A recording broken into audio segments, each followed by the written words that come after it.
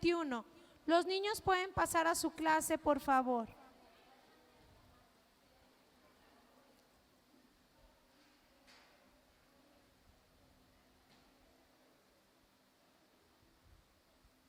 Libro de Números, capítulo 21.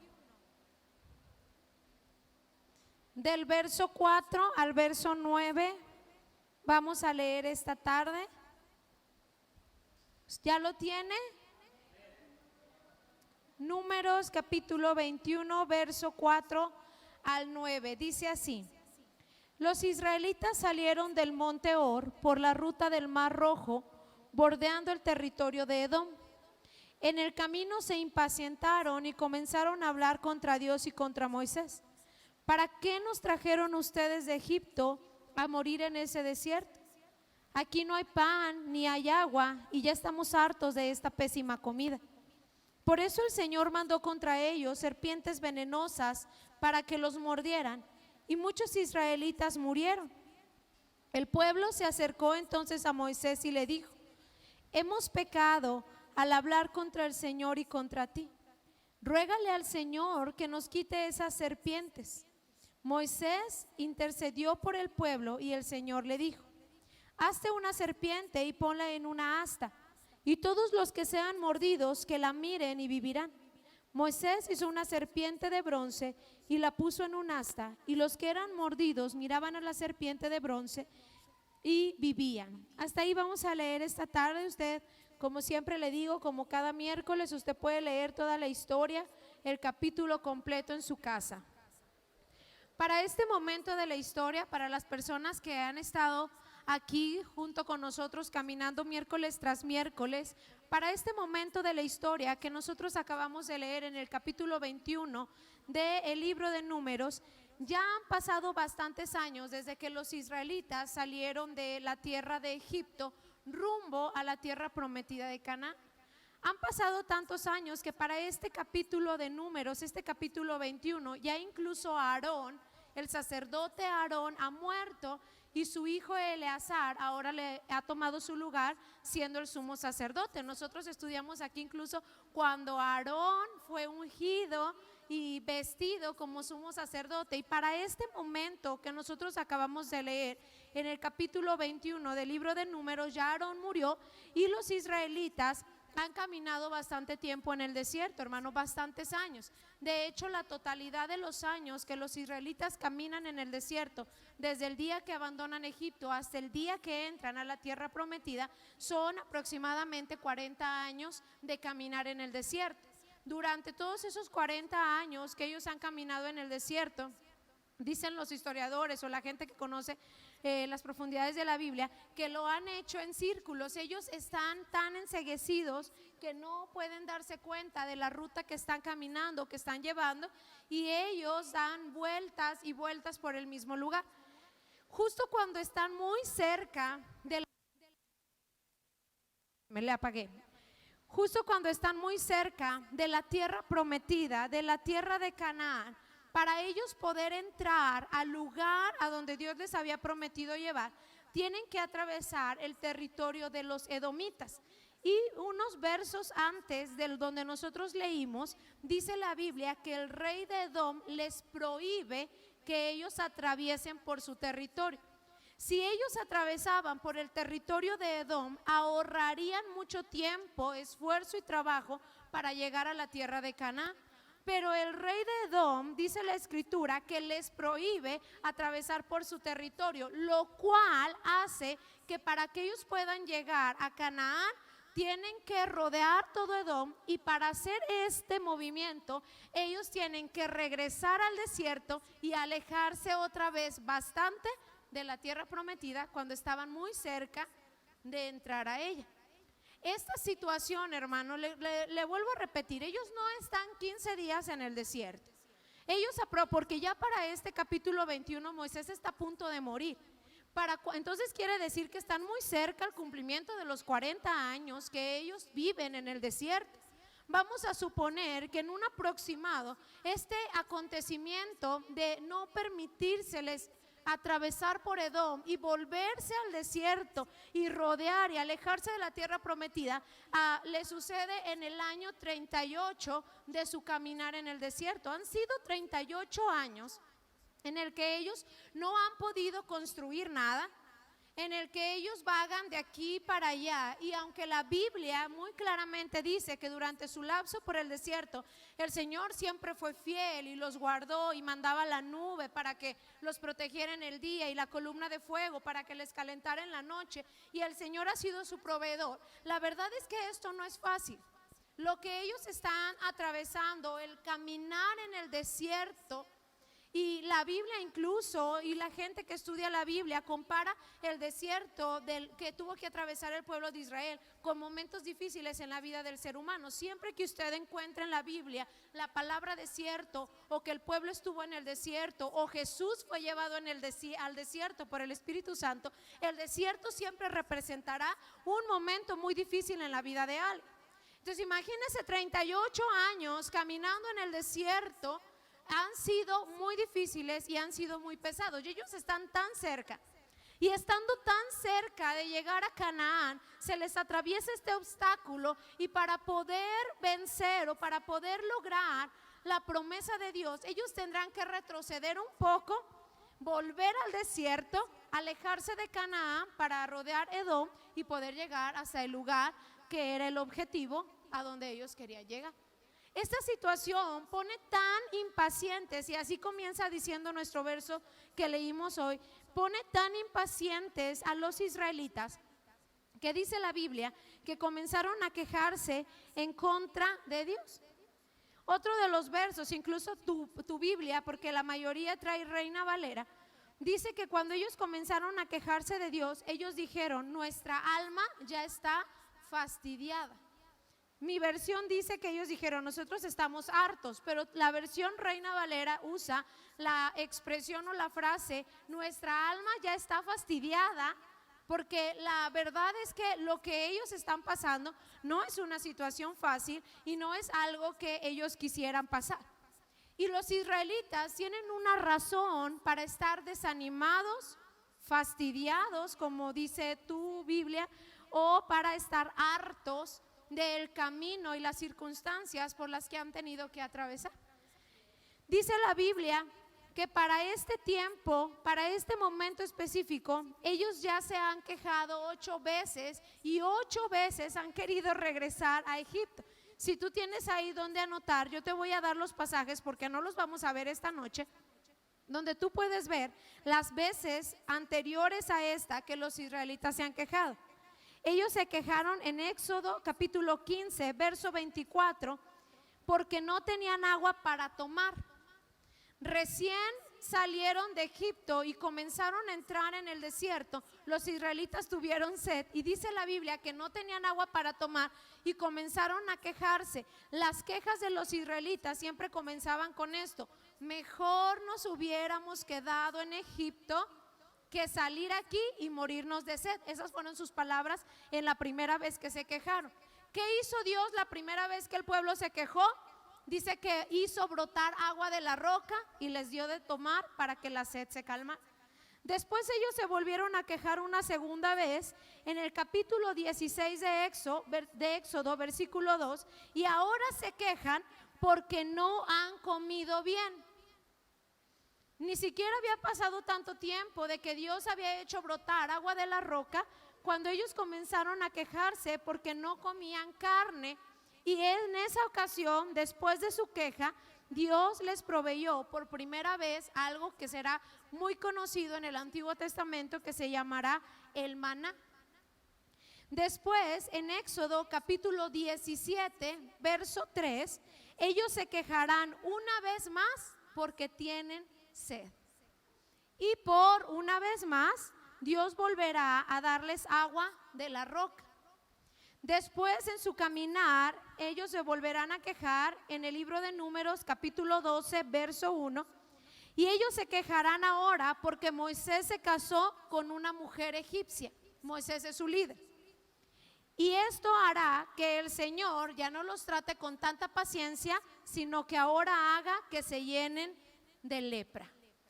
Después ellos volverán a quejarse en el capítulo 14 del libro de Números, verso 2, y esta vez se quejarán porque ellos creen que no podrán conquistar la tierra prometida, ya que está habitada por hombres gigantes que los derrotarán. Y esto ahora hará que el Señor tampoco les tenga suficiente paciencia y ocasionará que el Señor prometa y jure que nadie de ellos entrará jamás a la tierra de Canaán. Después los israelitas se volverán a quejar una vez más en el capítulo 16, verso 3 de Números, y ahora se quejarán porque solo por Moisés habla Dios. A esto se le llamará la rebelión de Coré, y el Señor abrirá la tierra y se los tragará vivos. Después ellos se quejarán una vez más en el libro de Números capítulo 16 verso 41, y ahora se quejarán por todos los que han muerto por la rebelión de Coré. Y esta ocasión el Señor tendrá misericordia de ellos y solamente hará que Aarón, el sumo sacerdote, interceda por ellos. Y su última queja antes de entrar a la tierra prometida será la queja que nosotros acabamos de leer en el libro de Números capítulo 21 verso 4, cuando ellos se quejarán porque el camino que han estado transitando, las circunstancias por las que han estado atravesando, los tienen hartos y los tienen desesperados. 8 veces dice la gente que conoce la escritura que 8 veces se quejará el pueblo de Israel. Las 7 veces anteriores, las que le acabo de mencionar una a una, todas esas ocasiones, cuando tú llegues a tu casa, si es que anotaste los pasajes porque eres una persona que viene a aprender, cuando tú llegues a tu casa y los veas, tú descubrirás una cosa, que durante los 7 versos, las 7 quejas anteriores, ellos no se quejan directamente de Dios, jamás se atreven a decir Dios, estamos enojados contra él, sino que las 7 quejas anteriores a esta, ellos les dirá la escritura una y otra vez cuando revises tus pasajes, que ellos se quejarán contra Moisés y contra Aarón, contra Moisés y contra Aarón, contra Moisés y contra Aarón. Pero en esta última ocasión, esta última queja que el pueblo de Israel dará antes de entrar de lleno a la conquista de la tierra prometida, será una queja directamente contra Dios. Durante muchos años ellos se han quejado y no han sido tan descarados como para decir, aunque Dios sabe que se están quejando contra él, y Moisés sabe que al quejarse contra él, contra quien se quejan es contra el Señor, porque él es el que los sacó de Egipto. Ellos no serán tan descarados como para decir, tengo quejas contra Dios, estoy inconforme con Dios, no me gusta la forma en que Dios nos está liderando en el desierto. Siempre dirán, estoy molesto por la forma en que Moisés y Aarón lideran. Pero en esta ocasión, en este capítulo 21, ellos se quejarán directa y abiertamente contra el Señor. Levantarán su voz para quejarse, dice aquí, contra Dios y dirán, ¿por qué nos trajiste de Egipto a morir en el desierto? Aquí no hay pan, aquí no hay agua y estamos hartos de esta pésima comida. En este capítulo 21 ellos harán una queja directa contra el Señor. Y si tú has tenido la oportunidad, hermano, de leer lo que viene siendo el caminar de los israelitas en el desierto, entonces tú tendrás que darte cuenta de una cosa, que el camino de los israelitas en el desierto, lo que viene siendo de Éxodo a Deuteronomio, nos enseña que Dios, en verdad a Dios le disgusta la queja. Una y otra vez que ellos se quejaron, Dios hablaba con Moisés y le hacía saber cuán disgustado estaba por la forma en que los israelitas se estaban quejando. Una y otra vez, no habrá ninguna de esas ocasiones, de estas 8 ocasiones, en que el Señor pasará por alto la queja como si no se hubiese dado cuenta, sino que durante esas 8 ocasiones el Señor le hará notar y le hará saber a Moisés que está incómodo por la forma en que los israelitas se han quejado. Y la razón, hermano, por la cual la Biblia nos enseña de Éxodo a Deuteronomio que Dios desaprueba la queja, tiene que ver porque la queja habla acerca de que estamos inconformes de cómo es Dios, y la queja pone en tela de juicio el carácter y la forma en que Dios actúa. Una y otra vez los israelitas no se cansaban de decir: Dios nos trajo al desierto porque su plan es que muriéramos en él. Todas las veces que ellos se quejaron, absolutamente todas, ellos decían que Dios los había sacado de Egipto, de un lugar en el que ellos estaban bien, para traerlos a una situación tan complicada y tan difícil, en donde Dios los iba a abandonar y el Señor incluso los iba a dejar morir ahí en medio de su situación adversa por la cual estaban atravesando.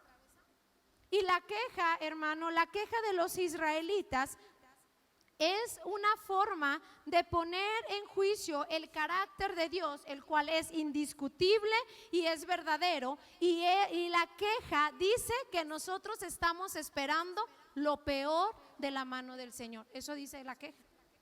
La queja es la forma en que nosotros los creyentes, nosotros los cristianos decimos: Dios no me responderá de la forma en que yo necesito su respuesta o de la forma en que yo merezco la respuesta del Señor. Eso es la queja. Por eso creo que una y otra vez, cuando ellos se quejaban, el Señor, hermano, hacía ciertas situaciones o circunstancias que iban poniendo en riesgo al pueblo de Israel. La primera vez que ellos se quejan, cuando vienen saliendo recién de Egipto, el Señor tiene misericordia porque es un pueblo que está aprendiendo. Apenas han dado unos cuantos días de camino desde que abandonaron sus costumbres y entonces tienen sed, se quejan. Bueno, el Señor les tiene misericordia. Pero pasados algunos días, el Señor comienza a ver que la queja, a pesar de su fidelidad y a pesar de las demostraciones de poder, sigue habiendo queja en el corazón, pero no solo en el corazón, en la boca de los israelitas. Y esta queja hace, como te mencioné hace unos minutos, o en una de las ocasiones, que el Señor abra la tierra, se traiga a los israelitas vivos y pasen una serie de circunstancias muy incómodas. La que nos toca a nosotros estudiar esta noche, dice que cuando ellos terminaron de quejarse contra el Señor mandó contra ellos serpientes venenosas para que los mordieran y muchos israelitas murieron. Ese día, cuando ellos decidieron que era el momento exacto para quejarse, y la verdad es que su situación es una situación para desalentarse. Pero no hay excusa para que a estas alturas ellos sigan dudando del poder de Dios y se atrevan a ser personas que no puedan creer y depositar su confianza en el poder, pero sobre todo en el carácter de Dios, quien vez tras vez les ha demostrado que está interesado en su bienestar. Desde el momento en que Dios sacó a la nación de Israel de Egipto, les demostró que tenía un grandísimo interés por ellos. Nosotros estudiamos aquí, e incluso cuando la pastora dio el estudio exhaustivo del Salmo 91, nos demostró con la Biblia que que de las 10 plagas que cayeron sobre Egipto, ninguna de ellas tocaba territorio de Gosén, que era donde vivían los israelitas. Durante todo el tiempo Dios había mostrado su fidelidad, había mostrado su amor, su interés por esta gente, como para que a esas alturas todavía dijeran: Dios lo único que quiere es nuestro mal, lo único que desea es aniquilarnos en el desierto. Eso es lo que dicen los israelitas. Por eso considero yo que la queja es un tema de bastante desaprobación ante los ojos del Señor. Si tú eres una persona estudiosa, tuviste que haber llegado a la conclusión: Dios se desagrada, pero se desagrada bastante de la queja que sale de nuestra boca y la actitud de queja de parte de nosotros. Porque la queja es una forma directa o indirecta de decirle al Señor: yo creo que de tu mano no puede venir nada bueno. Creo que en esta situación tan difícil que estoy pasando, tú ni siquiera te acordarás de mí y aquí me vas a dejar postrado.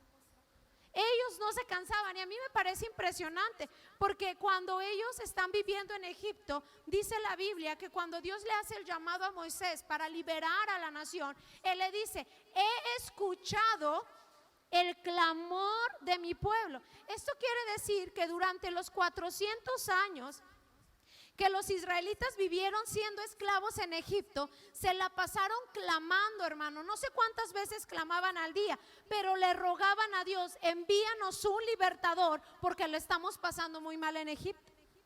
Si usted ha tenido la oportunidad alguna vez siquiera de ver alguna de las películas de los 10 mandamientos o la liberación del pueblo de Israel, nosotros vamos a ver en esas películas que cuentan que la vida que los israelitas llevaban durante su época en Egipto no era una vida buena, hermano.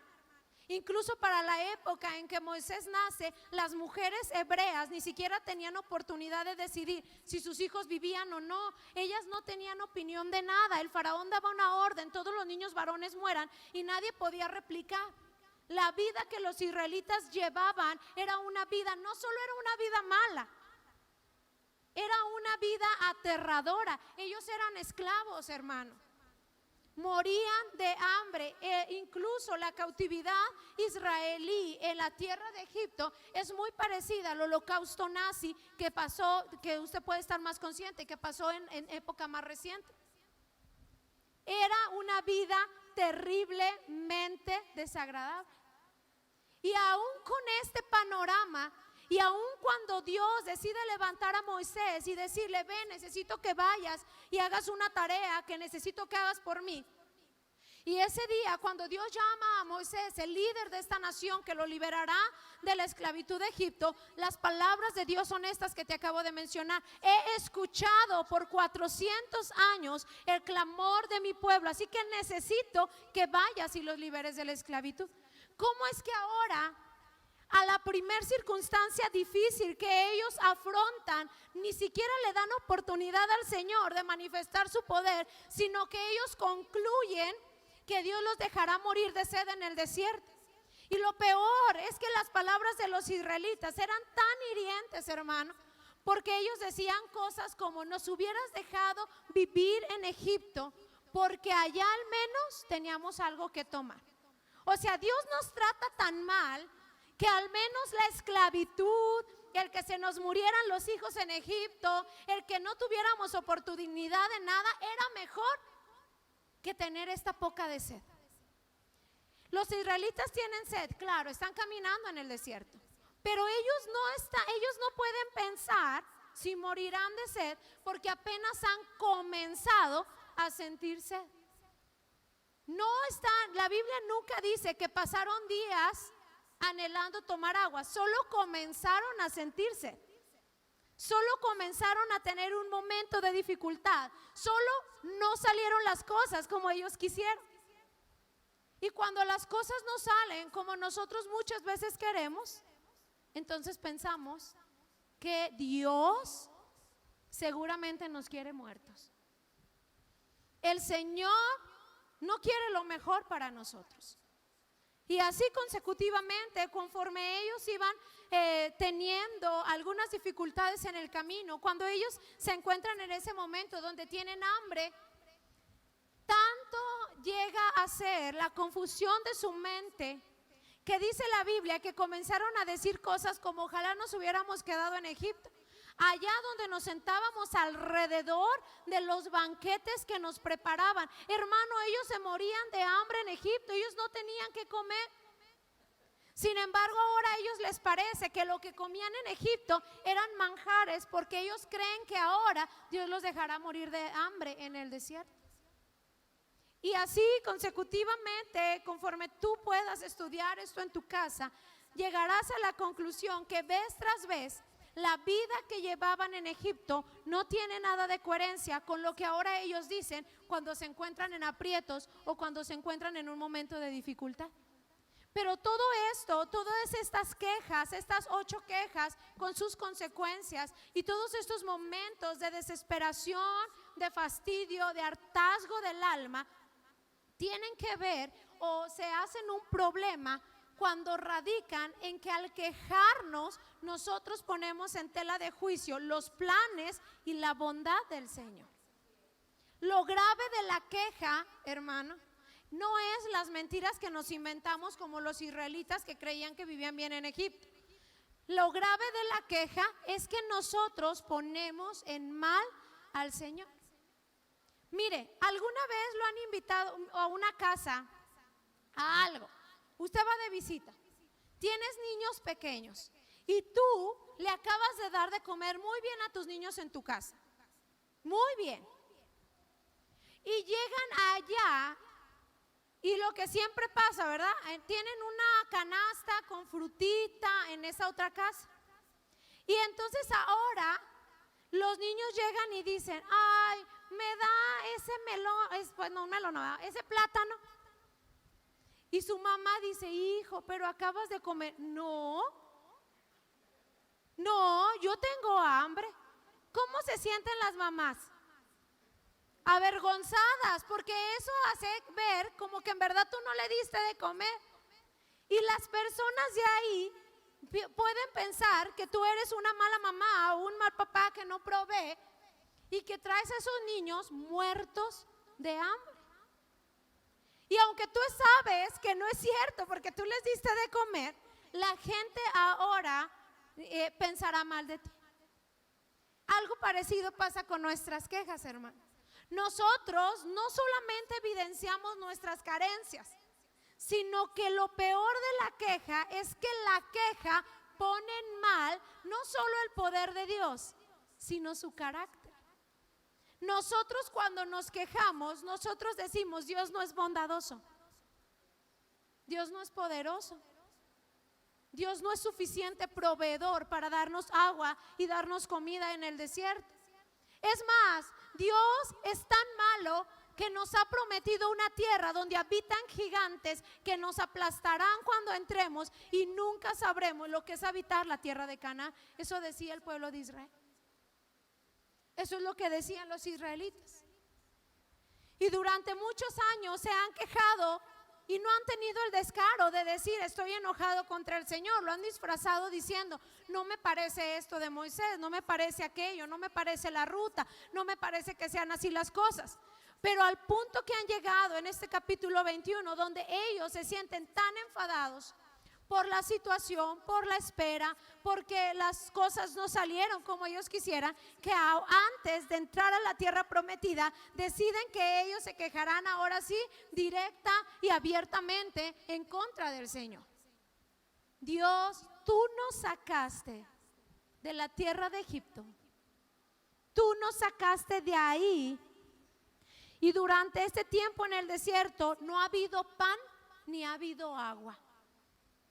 ¿Cómo ve, hermano? Que no ha habido agua. Si le conté cuántas veces el Señor hizo salir agua de la roca para darle de tomar a su pueblo. Y ahora estos desvergonzados están diciendo, no hay agua en este camino de desierto. No solo eso, no hay pan. Hemos andado como un montón de muertos de hambre caminando 38 años en el desierto. Todos los días, dice la Biblia, que todos los días Dios mandaba desde el cielo que cayera maná para alimentar a su pueblo. Y aquí hay un grupo de gente que está levantando su voz contra Dios diciendo no nos has dado de tomar y no nos has dado de comer. Eres malo. Nos hubieras dejado en Egipto, allá donde la esclavitud, el hambre y la muerte parecían mejor que caminar en el desierto. Nos hubieras dejado allá donde los golpes que nos daban por la esclavitud o la servidumbre eran mejor que caminar en el desierto. Y terminan diciéndole al Señor, ya estamos hartos. Y como dice la Reina Valera, está nuestra alma fastidiada. Estamos fastidiados. Acto seguido, dice la Biblia, que Dios manda desde el cielo, manda que salgan, serpientes venenosas. La Reina Valera dice serpientes ardientes para que los mordieran y ellos murieron. ¿Y cuándo cesó la mortandad? Porque las serpientes comenzaron a morder a un montón de israelitas, hermano. Y la mortandad cesó cuando el pueblo de Israel se acerca a Moisés y le dice, reconocemos un pecado, nuestro pecado es que hemos hablado mal contra el Señor y contra ti, así que ruégale al Señor para que quite las serpientes. La mortandad de ese día cesa cuando los israelitas reconocen que su más grave problema es que han hablado mal en contra de Dios. Se han quejado por muchos años, pero ese día se han quejado también. Se han quejado y se han quejado. Y hoy esta noche, hermano, con la ayuda del Señor, quisiera que tú y yo pudiéramos llegar a comprender lo peligroso que es la queja. Porque le voy a decir algo, y creo que ninguno de nosotros estamos exentos de quejarnos en nuestra vida diaria y de quejarnos del Señor. A todos nosotros seríamos unos verdaderos mentirosos si alguien aquí esta noche dijera que las cosas le han salido siempre como quieren y que todo cuanto pide, como lo pide y a la hora que lo pide, siempre le acontece. La gente que se atreviera esta noche a decir, sí, esa es mi vida. Mi vida ha sido tan buena y siempre el Señor hace lo que quiere y lo hace como quiere y a mí nunca me falta nada. Esa persona estaría mintiendo. Porque algunos de nosotros hemos tenido que rodear el desierto y volver para allá y atravesar momentos de dificultad y momentos de dolor y momentos de obscuridad en los que hemos tenido que vivir. Sería muy mentiroso que alguien dijera que no es así. Es más, ni siquiera tienen que ser temporadas. Todos los días ocurren cosas en nuestra vida que no salen como nosotros quisiéramos. Y todos los días nosotros tenemos que enfrentar situaciones y circunstancias que son adversas. Y la mayoría, por no decirlo todos, aunque creo que somos todos, nos hemos quejado. Algunos de nosotros no vamos a atrevernos esta noche a reconocer, pero en un momento específico de mucha angustia y desesperación, hemos dudado de la bondad y el carácter del Señor. En algún momento, cuando hemos comenzado a sentir la sed del desierto, la angustia de la tribulación, la desesperación de la espera, en ese momento, en algún momento hemos llorado en nuestra habitación y le hemos preguntado a Dios, ¿por qué? Pero yo hago esto y yo hago lo otro. ¿Por qué no? Luego me dio temperatura ayer, ¿por qué no me sanaste hoy? ¿Por qué? Y vamos y nos quejamos ante el Señor. Y no necesito que levantes tu mano, pero yo sé que así es. Yo sé que nadie esta noche pudiéramos levantar, como dice Pablo, manos limpias diciendo, no, yo nunca me he quejado del Señor. Nunca he dudado ni puesto en tela de juicio su carácter y su bondad, nunca. Nadie de nosotros podría esta noche decir. Porque todos nosotros, cuando hemos comenzado a sentir la sed o el hambre, cuando hemos visto que nuestros adversarios parecen ser más grandes que nosotros y cuando vemos las promesas de Dios muy lejanas, hermano, comenzamos a quejarnos, a cuestionarnos, a preguntar, pero sobre todo a poner en tela de juicio el corazón y el carácter de Dios. Lo peligroso no es que dudemos de su poder, lo peligroso es que dudemos de su amor. Lo peligroso es que digamos, no, yo estoy seguro que en medio de esta prueba o en medio de esta dificultad Dios me va a abandonar. Sí, seguramente, ya lo sé, así va a pasar. Dios me dejará morir, Dios no me va a ayudar. Eso es lo peligroso, porque eso atenta contra el carácter y el corazón de nuestro Señor. Los israelitas decían, no, Dios no nos va a ayudar. Llegaban a enloquecerse de tal manera, hermano, que cuando los espías regresaron de revisar la tierra prometida y vinieron a dar ese análisis tan pesimista y tan negativo, ellos, dice la Biblia, que estaban tan asustados que comenzaron a arrancarse los pelos de la cabeza y comenzaron a gritar. Gritaron tan fuerte que estremecieron la tierra, lloraron tan fuerte, porque no eran 15 personas, eran bastantes personas las que estaban ahí llorando, gritando. Si a veces con que tus hijos, 3 de tus hijos, 2 de tus hijos griten, eso se oye horrible. Imagínense esa multitud de personas gritando, llorando, enloquecidos, corriendo de aquí para allá diciendo, Dios nos puso una trampa, nos va a matar en cuanto entremos a Canaán. ¿Cómo podían pensar eso de Dios? ¿Cómo, hermano? Si los había librado una y otra y otra y otra vez. Incluso creo que es la razón por la cual cuando ellos van atravesando el río Jordán, unos capítulos más adelante, cuando usted entra al libro de Josué, en la conquista de la tierra prometida, dice la Biblia que Dios le dice a Josué, el nuevo líder, cuando los sacerdotes crucen el Jordán en seco, toma 12 piedras ahí donde sus pies estén plantados y ponlas allá. Amontona las 12 piedras. Y Josué le dice, ¿y eso como para qué? Y Dios le dice que esto sirva como un recordatorio de que yo tengo el poder de abrir el río, de secar el río y hacerlos pasar como por tierra seca.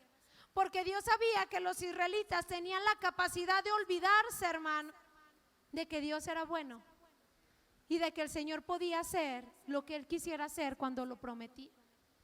Y de ahí ellos comienzan a hacer en algunas ocasiones específicas, camino a la tierra prometida, montículos de piedras para que les recordaran a ellos lo que Dios era capaz de hacer. Y el problema en nuestras vidas es que nosotros cuando nos quejamos o continuamente nos quejamos y ponemos en tela de juicio el amor y el corazón bondadoso del Señor, entramos en un momento en el que me voy a atrever a decir que probablemente algunas de las circunstancias en las que permanecemos por tanto tiempo o algunas de las crisis o situaciones por las que estamos durante mucho tiempo son las consecuencias de nuestras quejas. Esa es la mala noticia que usted vino a escuchar esta noche aquí. Que creo yo que muchas de las situaciones adversas que pasan en nuestra vida son porque continuamente nos quejamos.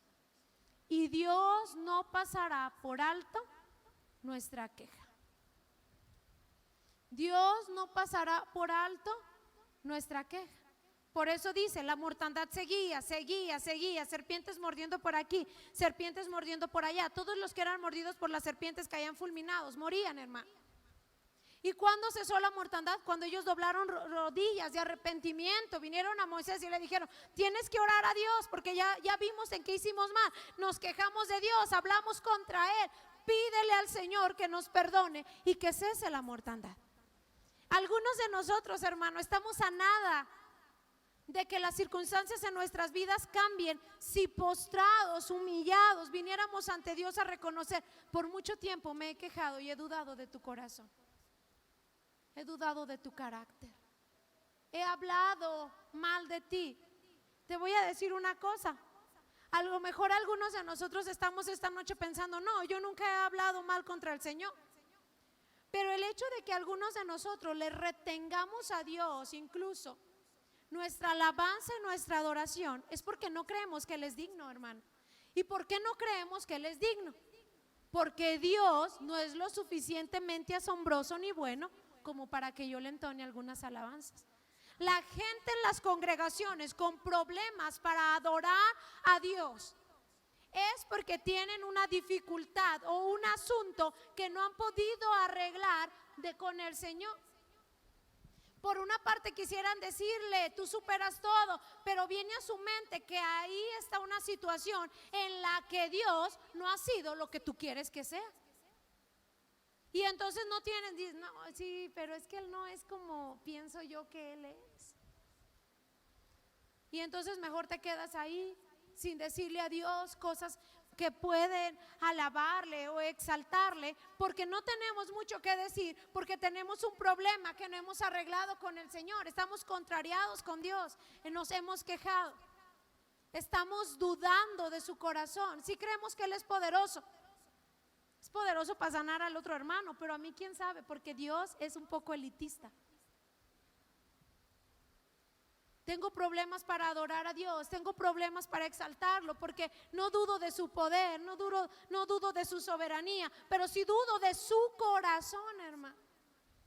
Y sabes que de entre todas las cosas el Señor no nos ha llamado a descubrir su poder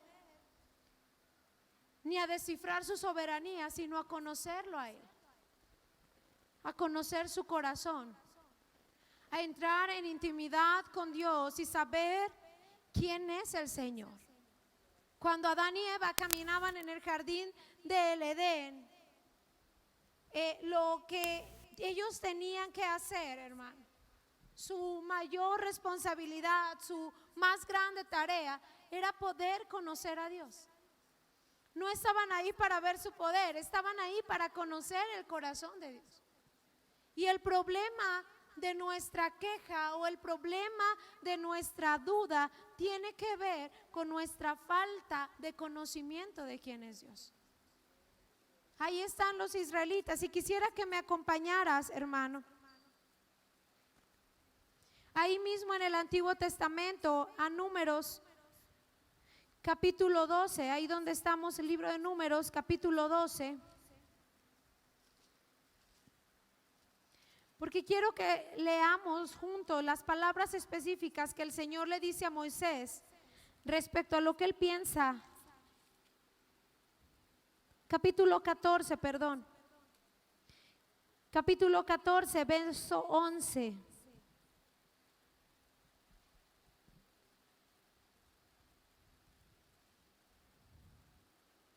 Dice así: ellos se están quejando porque creen que morirán al entrar a la tierra prometida. Y en el verso 11 el Señor le dice a Moisés: ¿hasta cuándo esta gente me seguirá menospreciando? Eso es lo que produce la queja, eso es lo que da la queja a entender. ¿Hasta cuándo se negarán a creer en mí a pesar de todas las maravillas que he hecho entre ellos? Voy a enviarles una plaga que los destruya, pero haré de ti un pueblo más grande y más fuerte que ellos. Dios hace dos preguntas respecto a la actitud de queja que los israelitas tienen. Número uno, la queja menosprecia a Dios. Y número dos, la queja es una evidencia de que nos hemos negado a creer en Dios a pesar de todas las maravillas que Dios ha hecho con nosotros. Cuando nosotros nos quejamos, cuando nosotros tenemos incertidumbre en nuestra vida, estamos demostrando dos cosas. Número uno, menospreciamos al Señor, menospreciamos su carácter y su bondad. Y número dos, hermano, nosotros nos negamos a creer en Dios a pesar de todas las maravillas que Él ha hecho con nosotros. Y si hoy, esta noche, no puedes recordar alguna, o dices, bueno, a mí, conmigo no ha pasado, la Biblia dice en el Nuevo Testamento respecto al sacrificio de nuestro Señor Jesucristo, y dice: al que no escatimó ni a su propio Hijo, sino que lo entregó para hacer el sacrificio.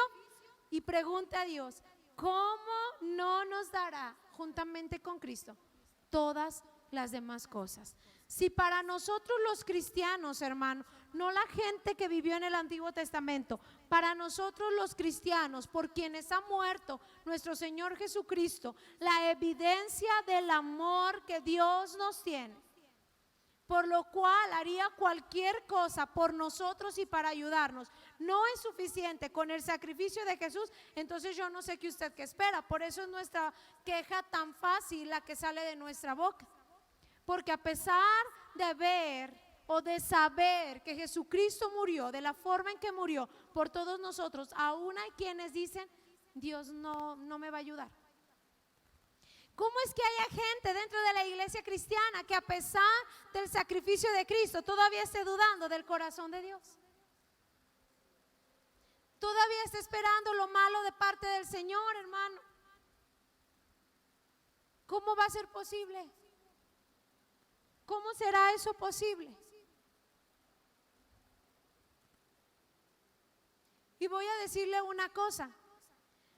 La Biblia dice en el libro de Job, y usted puede leerlo ahí en su casa, capítulo 2, que cuando a Job, ese hombre que no sé si tú has leído alguna vez su historia, hay un libro que lleva su nombre en la escritura. Cuando a Job le ocurren todas esas cosas tan terribles que le suceden, y dice la Biblia que se le mueren los hijos, todos los hijos en un mismo día, y pierde todo cuanto tiene y se enferma. Dice que está ahí y que su esposa le está diciendo una serie de cosas que son dolorosas. Y entonces Job hace una declaración y Job dice, hermano, dice: ¿acaso, le pregunta a su esposa, acaso recibiremos de Dios solo lo bueno y no recibiremos lo malo? Y de ahí muchos cristianos han usado ese pasaje hasta para predicarlo y para decir: bueno, no todas las cosas tienen que salir perfectas. Y decimos, por eso la Biblia dice: ¿acaso recibiremos de Dios solo lo bueno y no lo malo? Pero esa gente, por eso le digo, luego me sorprende que nosotros nos expongamos a un montón de personas que no conocen el contenido completo de la Biblia. Nadie debiera predicar un mensaje si nunca ha leído la Biblia, ya se lo había enseñado completa. Porque no nos puede venir por revelación solo lo de un pasaje. El libro de Job tiene como única finalidad enseñarnos que antes de la prueba Job era un ignorante del conocimiento de quién era Dios. Por eso después de que se echa una letanía de que su justicia y él ha hecho esto y él ha hecho lo otro y él ha hecho aquí y ha hecho allá, y le dice a Dios, ¿por qué me pasó esto si yo he hecho esto? ¿Y por qué me pasó lo otro si yo he hecho esto? Cuando Dios ha dejado que diga una bola de cosas, hermano, dice la escritura que Dios interviene en la historia del hombre y le dice, mira Job, ya te oí todo lo que te tenía que oír. Así que ahora te vas a callar. Y así dice la Biblia literalmente. Dice, te amarrarás los chonchos, porque no usaban pantalones, hermano. Te fajarás los calzones para que no se te caigan después de lo que te voy a decir. Y te pararás delante de mí como hombre.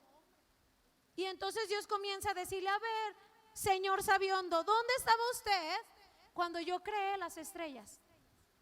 Digo, si todo lo conoces de mí, porque andas por ahí diciendo que yo también doy lo malo y doy lo bueno y que doy esto y doy lo otro. ¿Dónde estabas tú cuando le ordené a Leviatán que fuera creado y bla, bla, bla? Y Dios hace una demostración, hermano, de su magnífico poder y de todo lo que Él es capaz de hacer.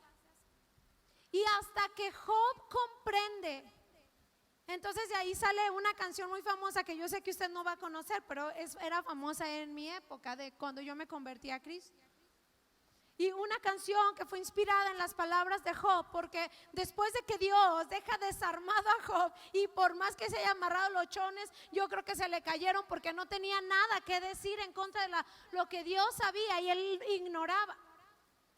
Dice la Biblia que al final de la plática Job dice, sí, tienes toda la razón. Está como los israelitas, sí, hemos pecado, ya descubrimos en dónde estuvo nuestro error. Así está Job, ya descubrí dónde está mi error. Que hablaba lo que no sabía, hablaba lo que no entendía. Solo me gustaba andar dando por ahí cátedras de que conocía tu soberanía y tu amor, y me gustaba decirle a mi esposa, cállese, que de Dios también se recibe lo bueno y se recibe lo malo. Era ignorante Dios. Hablaba lo que no entendía, y solamente de oídas yo te había oído, pero hoy te veo y me arrepiento en polvo y ceniza. Despuesito del arrepentimiento, ¿qué cree que le aconteció al hombre, hermano? Dios le recompensó y le dio multiplicado todo lo que Job había perdido. Porque el punto no está en que podamos pararnos aquí en medio de nuestro dolor y decir, bueno, pues esta de ser la voluntad soberana de nuestro Señor. Así es, pastor, Él me quiere tener enferma, pero todo sea su voluntad. Esa gente, hermano, atenta contra el carácter de Cristo. Usted necesita leer la Biblia, léala por favor, léala. No la lea del Nuevo Testamento para acá, léala de Génesis hasta Apocalipsis, léala completa, desmenúcela, léala una y otra vez, léala una vez al año completita, y luego el que sigue y el que sigue y el que sigue, y muérase leyendo la Biblia. Porque solo en la Biblia, dice la Biblia de ella misma, solo en ella está la vida eterna. Solo a través de leer la Biblia seremos capaces de comprender las cosas de los misterios eternos y los misterios del cielo. Pero andamos por ahí citando pasajes que ponen en tela de juicio el poder del amor, del carácter de Cristo. Tan sumisos a la voluntad de Dios que nos vemos, ¿verdad? Tan espirituales que parecemos cuando decimos, no importa lo que esté pasando, esta es su voluntad. ¿Por qué no decir, yo sé que de esta me librará el Señor? Yo sé que de esta Dios me va a sacar. ¿Por qué? Yo prefiero, y he llegado a esa conclusión en mi vida, prefiero esperar siempre lo bueno del Señor. Y nunca me ha pasado, pero pues por si las dudas, prefiero esperar lo bueno siempre de Dios, aunque salga decepcionada de no tenerlo, andar por ahí aceptando desde antes que esa es la voluntad de Dios para mi vida. Y entonces viva con las consecuencias de haber puesto en tela de juicio el carácter bueno de Cristo. Prefiero decir, no, yo sé que de esta Dios me va a librar. No, yo sé que de esta Dios me va a sanar. No, yo sé que Dios va a hacer esto, yo lo sé. No estoy diciendo que estamos decretando, no estoy hablando de esa doctrina que no tiene poder. No estoy diciendo, yo me levanto y digo, yo lo decreto, yo lo declaro. No estoy diciendo eso.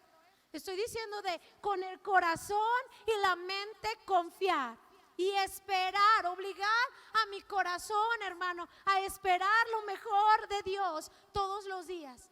Y que aún cuando esté sintiendo la sed del desierto y el hambre del desierto, yo pueda decir, Dios va a proveer. Dios es bueno, hoy voy a esperar en el Señor, hoy voy a esperar en el Señor. La Biblia cuenta esa historia que a mí siempre me ha encantado, y yo creo tú me has escuchado decirlo ya varias veces, de esa mujer que la Biblia llama como la mujer de la viuda y el juez injusto. ¿Has leído esa historia? Ni siquiera sabemos cómo se llama la mujer.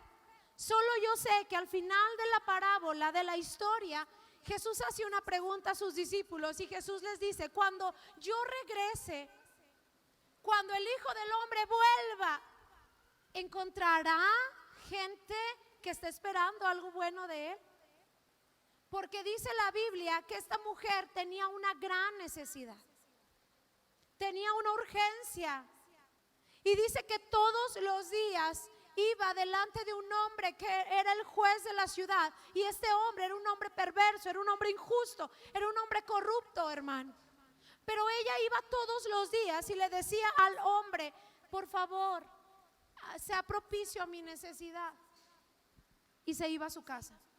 Y volvía al día siguiente esperando. ¿Qué la motivaba a ir?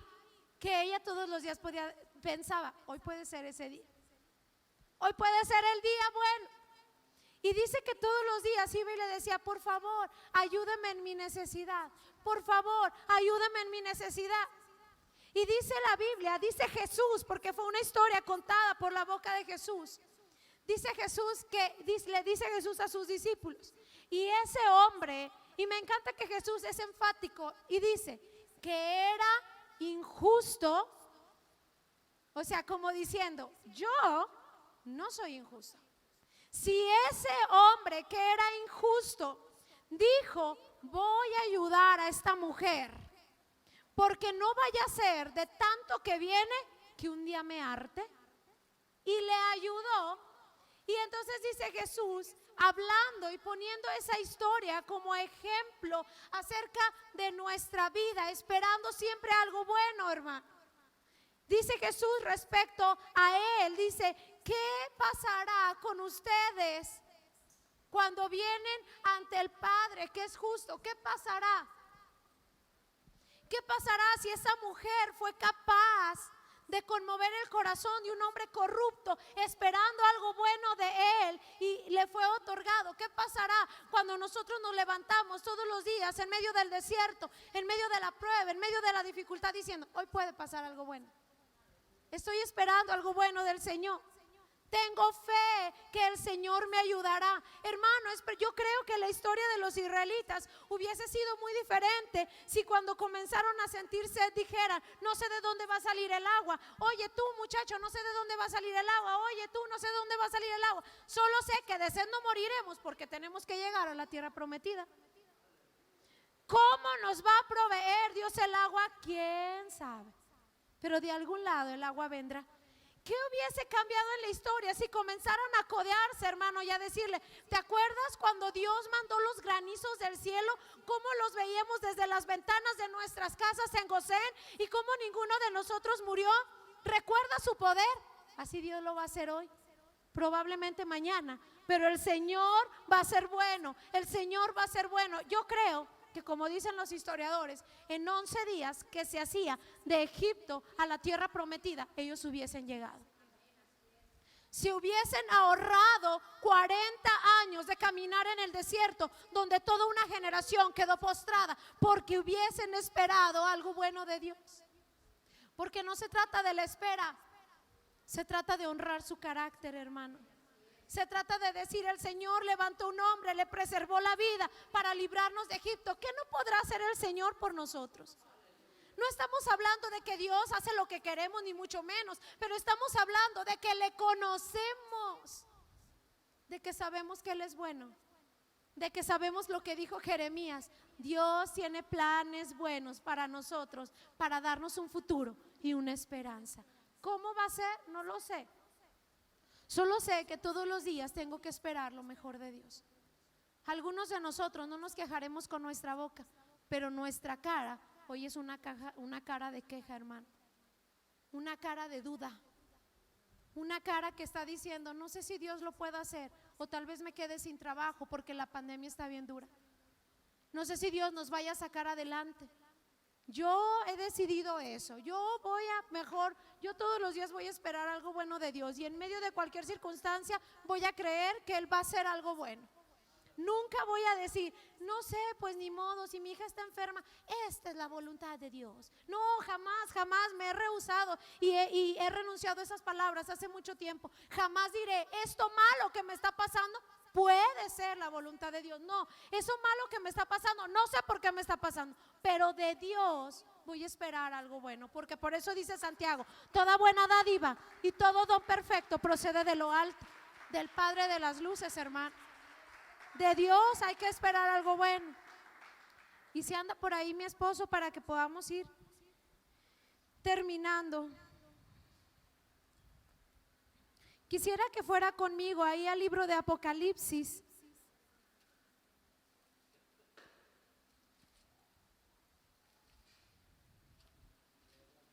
Apocalipsis.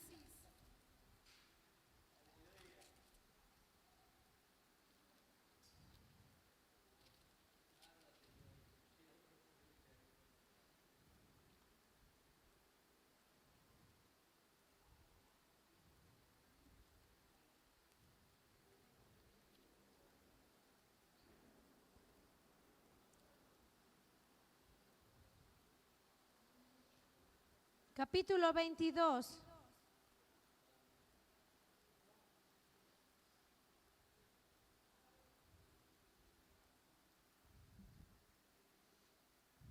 Apocalipsis capítulo 22, verso 12. Dice así: he aquí, yo vengo pronto, dice Jesús, y mi recompensa está conmigo, para recompensar a cada uno según sea su obra.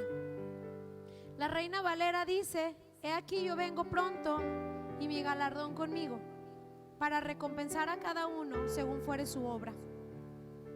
¿Se imagina qué triste sería la espera? Como dijo el apóstol Pablo en uno de mis pasajes más favoritos de la Biblia, más favoritos, cuando Pablo dice: si Jesús no resucita y no galardona, soy el hombre más miserable y digno de conmiseración de toda la tierra, dijo Pablo. Si Jesús nunca resucitó y Jesús no viene pronto con un galardón en su mano, entonces soy el hombre más miserable de todos, porque he vivido una vida esperando siempre que Jesús un día regresará y me galardonará por todo. Si Jesús no viene pronto y no aparecerá en las nubes con un galardón, entonces soy el hombre del cual todos los seres humanos, dice el apóstol Pablo, debieran de voltearme a ver y reírse de mí, porque soy tan miserable como para solo decir: bueno, esta es mi vida, moriré en la horca por Cristo, porque esta es su voluntad.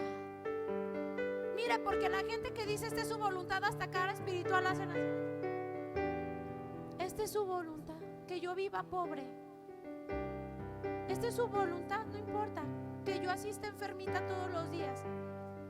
Esta es su voluntad, que mis hijos sean rebeldes siempre. Esta es su voluntad, que mi matrimonio sea terrible. Esta es su voluntad, y hacen cara, pero de mucha espiritualidad. Yo los he visto, hermano. He hablado con ellos, he comido con esa gente que dice así. Es su voluntad.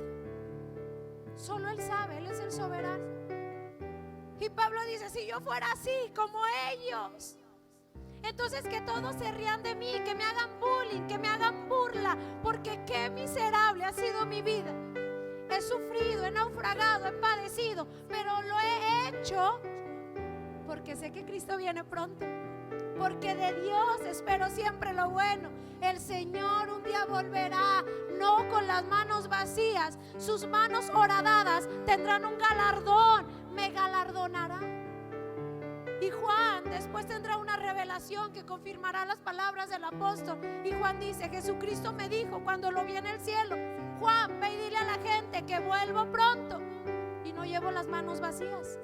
Tengo un galardón en mi mano para recompensarlos a todos por la vida que han vivido.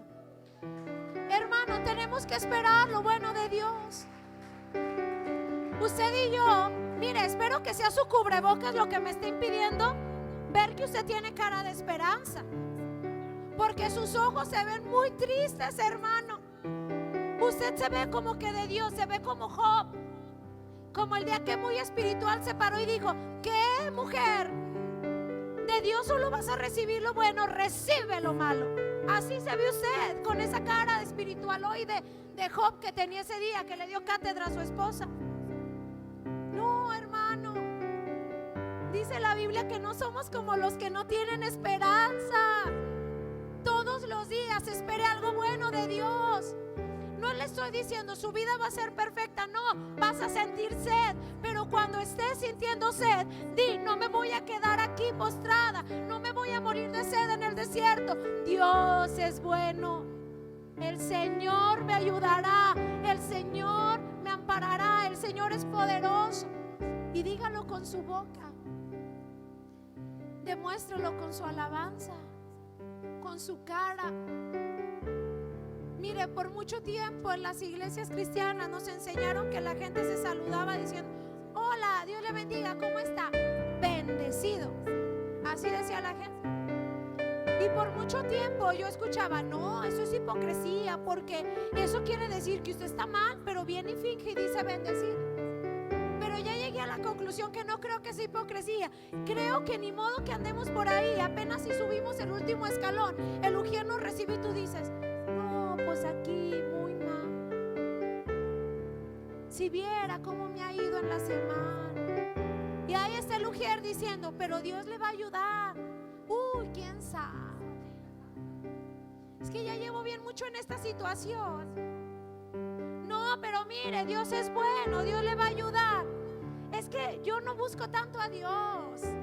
Yo no sé si a mí me va a ayudar. Ayuda al hermano, pero yo no sé si a mí me va a ayudar. Usted tiene y yo tenemos que levantarnos todos los días diciendo: Dios hoy va a hacer algo bueno. El Señor es bueno, y no es porque sea un poder de decreto, sino porque si honramos el carácter de Dios, ya el mundo entero vive sin conocer quién es Cristo.